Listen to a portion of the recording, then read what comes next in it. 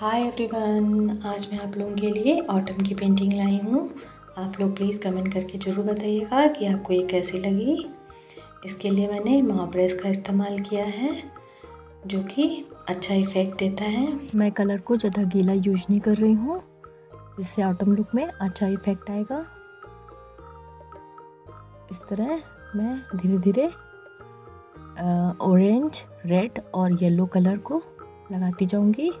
इसमें धीरे धीरे कलर भरते जाना है। अभी मैं इसमें ज़मीन का दिखा रही हूँ कलर, येलो कलर दिखा रही हूँ। उसके बाद अब मैं फिर से लीव्स कलर करने लगी हूँ। ये मेरी लीव्स बनेगी, रेड कलर, ऑरेंज और येलो में जाएंगी जो। और मैं पहले लीव्स सारे कलर कर लूँगी, उसके बाद मैं इसके तने और टहनियाँ वगैरह कलर करूँगी, क्योंकि उससे हमारा ट्री एकदम से जल्दी से तैयार हो जाएगा।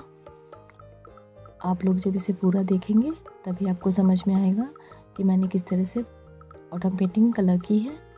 और आप ज़रूर कमेंट करके बताइएगा कि आपको ये पेंटिंग कैसी लगी और आप किस तरह की पेंटिंग देखना चाहते हैं, वो भी ज़रूर बताइएगा। मैं पूरी कोशिश करूँगी उस तरह की पेंटिंग बनाने के लिए। और आपका बहुत बहुत धन्यवाद।